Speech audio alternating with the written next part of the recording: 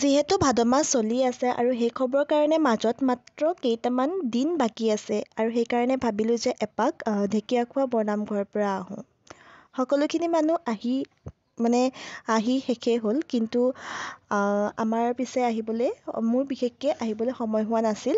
সেইকাৰণে অলপমান সময় সুবিধা মিলাই ঢেকীয়াখোৱা বৰনামঘৰলৈ বুলি আহিলোঁ।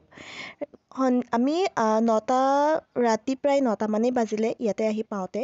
তথাপিতো মানুহৰ ভক্তৰ কিমান ভিৰ, বহুত বেছিয়ে ভিৰ আছিলে 9টা বজাতো।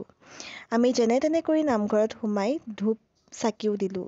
যিটো বন্তি প্ৰজ্বলন কৰা গৃহ আছিল, তাত কিন্তু মানুহৰ যথেষ্টখিনি ভিৰ আছিল আৰু সেইকাৰণে আমি তাতে নজ্বলাই চাকি মাধৱদেৱে ৰোপণ কৰা বটগছজোপাৰ তলতেই আমি চাকি গছ জ্বলালোঁ।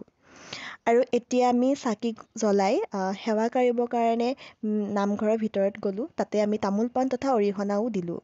আৰু এতিয়া ভাবিছোঁ অলপমান চাৰিওফালে পৰিৱেশটো চাওঁ। দুখনমান লগতে ফটোও উঠোঁ, কাৰণ ক'ৰবাত যোৱা ফটো এখনতো উঠিবই লাগিব, নহয় জানো? সেইকাৰণে দুখনমান ফটো উঠিবৰ কাৰণে আমি আহিলোঁ। আৰু লগতে আমি বেছি সময় নৰখি তাতে দোকানত কিছুমান মেলা বহে ন, সেই মেলাবিলাকত সোমালোঁ। কি বস্তু ওলাইছে আৰু দুই এপদ বস্তু ল'লোঁ।